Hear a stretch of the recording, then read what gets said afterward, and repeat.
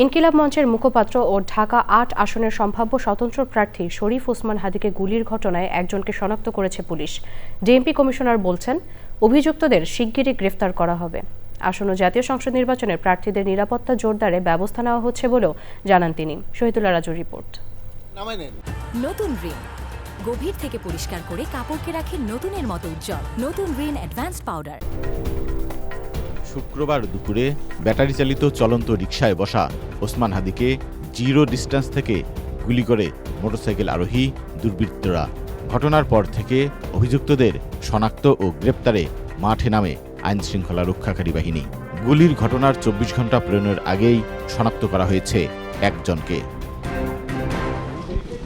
দুপুরে রাজারবাগ পুলিশ লাইন্সে এক অনুষ্ঠান শেষে ডিএমপি কমিশনার শেখ মোহাম্মদ সাজ্জাদ আলীর কাছে জানতে চাওয়া হয় হাদিকে গুলির ঘটনায় অভিযুক্তদের শনাক্ত, গ্রেপ্তার এবং আইনশৃঙ্খলা পরিস্থিতি নিয়ে। আমরা প্রাইম টার্গেটকে খুঁজতেছি এবং আপনারা বাই দিস টাইম নামও জেনে গেছেন, আমরা মিডিয়াতেও দিয়ে দিছি। প্রাইম টার্গেটকে খুঁজতেছি, এখনো ২৪ ঘন্টা পার হয় নাই, হোপফুলি আমরা এটা হিট করতে পারবো। ডিএমপি কমিশনার জানান, হামলার মোটিভ ও কারা জড়িত সে বিষয়ে তদন্ত চলছে। না, নাম বলা যাচ্ছে না। আমরা প্রেস রিলিজ দিছি, আমরা তাকে খুঁজতেছি, জনগণের সহযোগিতা চাইছি।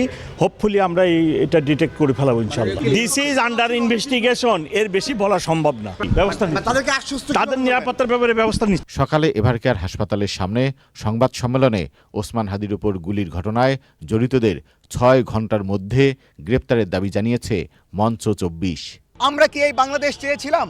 প্রধান উপদেষ্টা দায়িত্ব নেওয়ার সময় বলেছে যে এই ছাত্ররা আমাদের নিয়োগকর্তা। তাহলে যেই ছাত্ররা নিয়োগকর্তা সেই ছাত্রদের উপর গুলি হয়, আপনি বসে বসে কি করেন? আপনি বিবৃতি দেন। আমরা কি বিবৃতির সরকার চাই? জনগণ বিবৃতি দিবে, রাজনৈতিক দল বিবৃতি দিবে, আর সরকার পদক্ষেপ নেবে। অথচ সরকার বিবৃতি দিচ্ছে, সরকার অপারগতা প্রকাশ করছে। এর মানে হচ্ছে রাষ্ট্র আমাদের হাতে নাই। ইনকিলাব মঞ্চের মুখপাত্র ও ঢাকা ৮ আসনের সম্ভাব্য স্বতন্ত্র প্রার্থী শরীফ ওসমান হাদি আশঙ্কাজনক অবস্থায় রাজধানীর এভারকেয়ার হাসপাতালে চিকিৎসাধীন। শুক্রবার রাতে তাকে ঢাকা মেডিকেল কলেজ হাসপাতাল থেকে এভারকেয়ার হাসপাতালে স্থানান্তর করা হয়। Shahidullah Raju, channel I, Dhaka.